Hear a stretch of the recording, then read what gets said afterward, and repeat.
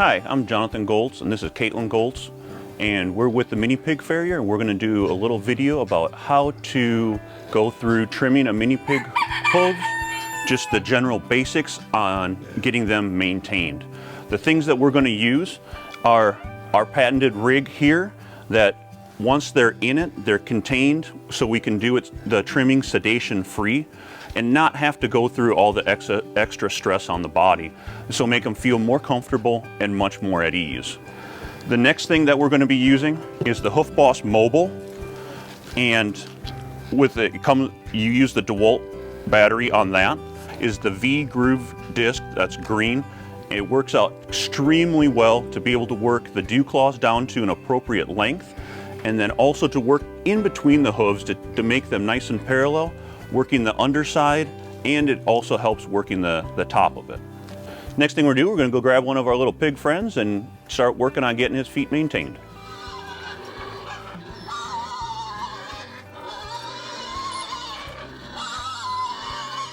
Once you have your pig flip, you get your other person over in position so that the rig is right next to their head. And with the mini pig rig, all you're going to do is have your one person step back a little bit, support the animal, and then I normally communicate with the other person, and I count and do 1, 2, 3, up. And you set them down, step up, and just kind of hold them by their front shoulders. What I like to do is I'm normally talking to them throughout the time, petting on them, you know, just letting them love on them. Let owners come up, love on them too, because any little bit of stress relief is always a good thing. You kind of want to minimize the amount of time that you're on top of them, because at this point you're in a predator position. You're working with prey animals, so you want them to be as comfortable as possible. And you can see already he's settling down just with a little bit of pressure on him. What Caitlin's doing right now is getting the strap across the top to be able to hold it. And once he's kind of cinched up, we can let go and just step off.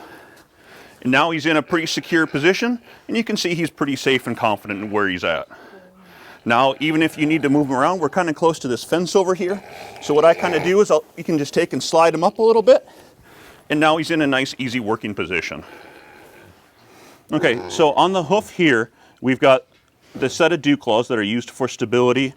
Here, the pad section is called a heel. On the inside of the hoof, the real light colored piece is called the sole. You can actually see a little bit of the white line coming around the hoof here, and then you've got the hoof wall on this side. On the top, we have a coronary band or hairline, and I like to call it a cuticle. So the first thing I like to address when I'm working on the pig is I like to go for the dew claws first. When you address the dew claws, when you flex the hoof back, you want them to come just below the hairline because the dew claws are used for stability. If you take them too short, you risk getting into the meat of the animal, and you end up taking their stability away when they walk, so their hoof can't pick up the excess weight. So this one side is actually pretty good length already, so what we're going to do is flatten it down. This hoof on the dew claw on the other side isn't too bad, but it needs to come down a little bit, so we'll flatten that one out and bring that down also. So now we're going to use the green V-Groove disc to start working on the dew claws. I said with that one, we just want to flatten it down so they have a better spot to walk. This one is a little bit longer, so we're going to bring it down. And like I said, when you flex the hoof, you want it to be just below the hairline some. That's a pretty good length. The next thing we're going to start addressing is this excess curve on the top. And when the hooves come together, you can see there's a little gap in between, but it's not real bad, so we're going to address this inside also.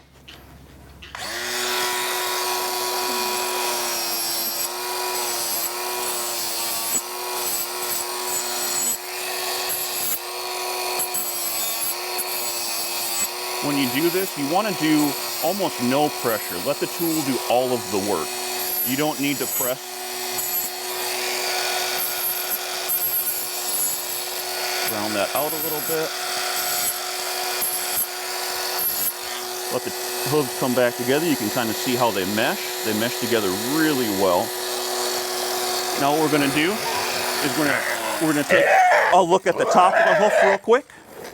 The top of the hoof, you're going to see these ridges on the top. All these ridges come from this coronary band on top. With this being Similar to a cuticle, what it's going to do is any damage or any buildup on it, you get a little bit more lines on it. With him, he's in pretty darn good shape as far as wear on this, so we don't really have to worry about any issues because you can pretty much see everything that's going on.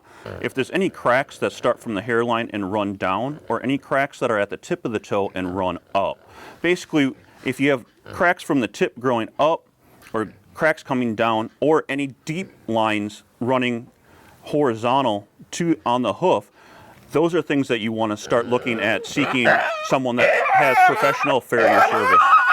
So on this one, we're gonna do very similar to this one. We're gonna work this rim on here to take that back down. We're gonna work the rim here and then the dew claws just like we did before, bringing them down to just below the hairline.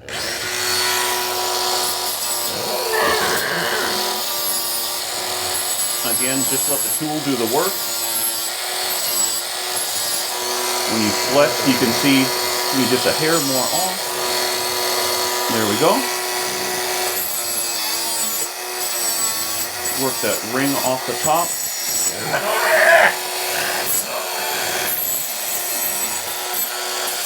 Taking a little of that excess off there, make the hooves parallel.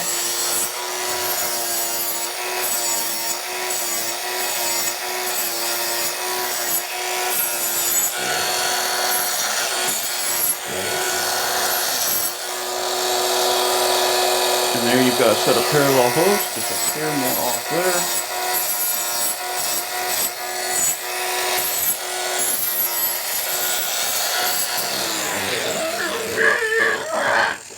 And that's where you want to be. Now you can see the white line in there, and you can see the remainder of the hoof wall around there, so you've got a nice, strong, healthy hoof. Next thing we'll do is we'll readdress the top of this hoof and make sure there's no issues.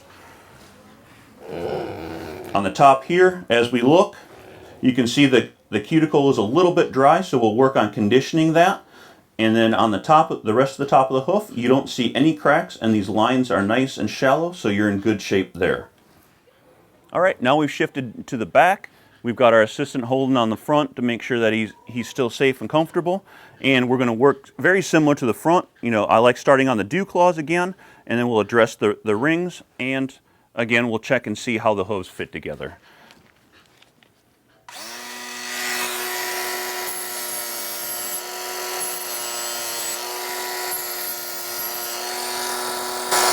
Same thing, flex the hoof, see where they lie. You're going to see on the back dew claws, they're going to be a little bit shorter than what they are in the front. And it's just a normal thing you're going to see all the time. We're going to go ahead and address the bottom of the hoof.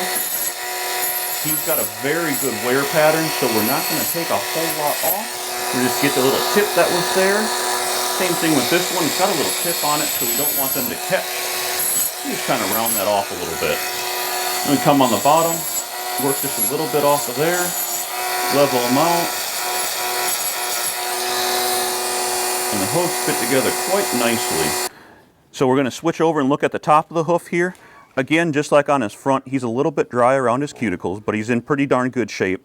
The hoof growing out is in really smooth, nice condition on both sides, to the point where he's got a nice, clean, healthy hoof. You can even see the hoof growth in there. You can see the first initial new growth, and you can see all the way down the hoof. So he's very healthy in the back and is in great shape. Go ahead and switch over here to the other foot. And again, we'll start with the dew claws.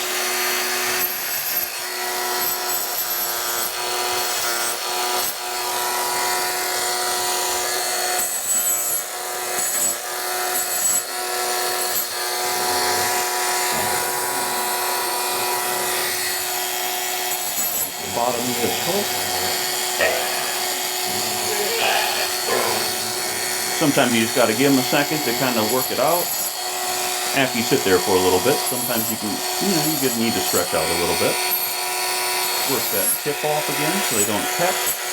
Same thing with this one. On this hoof, you can see there's actually more of a lip on the end of this, so it can catch on the other hoof a little bit, or on other things while he's walking. You take that off, make it a little bit more comfortable. Take that little lip off the bottom, take the flare off.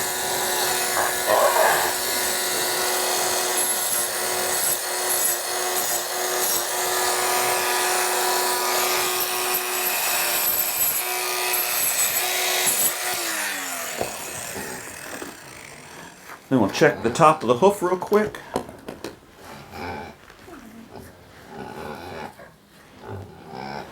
There on the top of the hoof, same thing, same type of cuticle issue, or same type of cuticle condition. Real good shape, hoof again, nice and smooth. On here you can actually see one little red spot in here. This isn't something to be concerned about at all.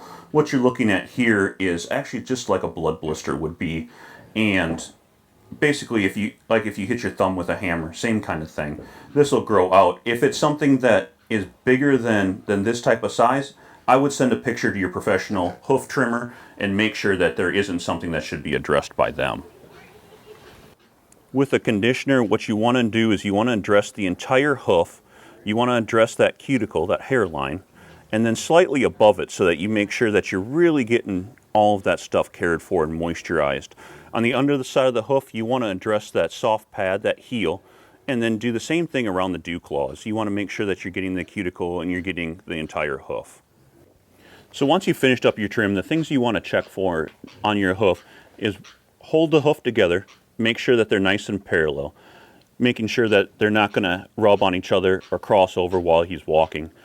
You've got a nice clean cuticle, you've got a nice moisturized hoof, and above the cuticle, your dew claws are below what the cuticle line is, and they've all been moisturized, and that your pad is nice and soft. On the underside, you're looking to make sure that groove is gone. You've got nice squishy heels, and that your dew claws are coming down below your hairline. So now that we're all done with the basic hoof care, we're going to go ahead and let our pig go, and he'll be fine to go about his business for the rest of the day. The big thing you want to focus on when you do this is not losing control of the animal while you're flipping. So we're both putting pressure on the rig while we're doing it. One person goes ahead and releases. We pick a direction. We're going to go my way. What I'm going to do is I'm going to go ahead and help hold while I let my side down, and then I'm going to help roll him over. Yeah. Boy. Good boy. Oh, your mohawk's messed up.